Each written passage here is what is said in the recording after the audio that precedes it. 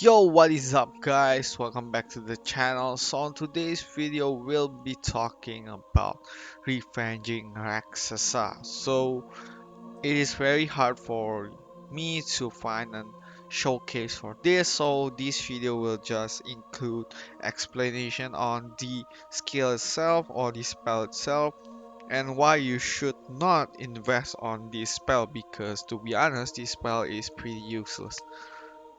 Right, so Revenging Rakshasa is a spell which counter-attack with fixed additional damage, meaning that, um, for example, units such as Seto has fixed additional damage counter, and these spell cards apply to or give one unit of your choice, which should be the supporter, which is magician or even defenders, the ability to have um, a fixed additional counter damage. So what do we get if those unit already got the fixed additional damage? Let's say Grand Hilder or um, Setso. By giving them this skill, you should have two, one from the innate unit skill itself and one from the spell. So you will be dealing two fixed additional counter damage or two types of counter damage depending on which unit you try to apply on. Alright, so this spell activate before 5 turns starts, and you can give it to supporter with the earliest attack order, so it will only affect one single unit. Please do keep that in mind. Okay, um, you will be dealing fixed additional damage depending on the enemy max HP times 125 percent additional damage. The duration of the exercise itself is 4 turns. So based on the skill, as you can see here, in theory these spells are good because it is based on the enemy max HP. But on reality, there are a lot of units which have either immortality or they are being supported by Fenaka, because Fenaka take in those damage. There are also units which have, as you can say, um, immortality from the drug. So the counter attack from the Rakshasa will not be as useful as it should be because of the other applied buff.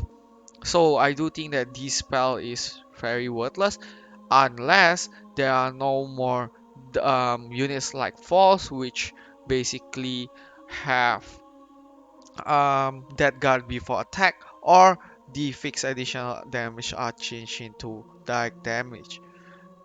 That might be proven useful. Okay, so at level 2, the duration is increased to 5 turns. Level 3, you can now pick magicians. Level 4, the duration is now 6 turns. Level 5, you can pick defenders. Level 6, it is activated before 4th turn start, and lastly at level 7 before the 3rd turn starts. Okay, so for those who have not, or newbies who don't know what spell to invest on, I do suggest you guys to not invest on this spell because it is trash unless they decided to buff it to direct damage. Um, so this video is not that long. For those who have already bought this skill and already invested on them, level 5 is still the optimal options for you guys to go. And depending on which unit you should aim it on, I do think that having defender, putting it on defenders is the best option, because you don't want to put it in your supporters and get your supporters killed. Don't put it on your magicians if your magician can't tank. The only best option is to put it on defenders such as Memonier, Grand Hilder, Seer.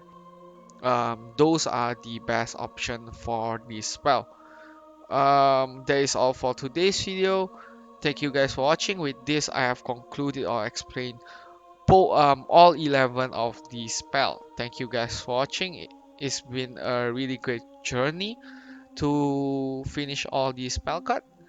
Sorry it took too long, and I'll see you guys in the next video. Bye bye. お前はもう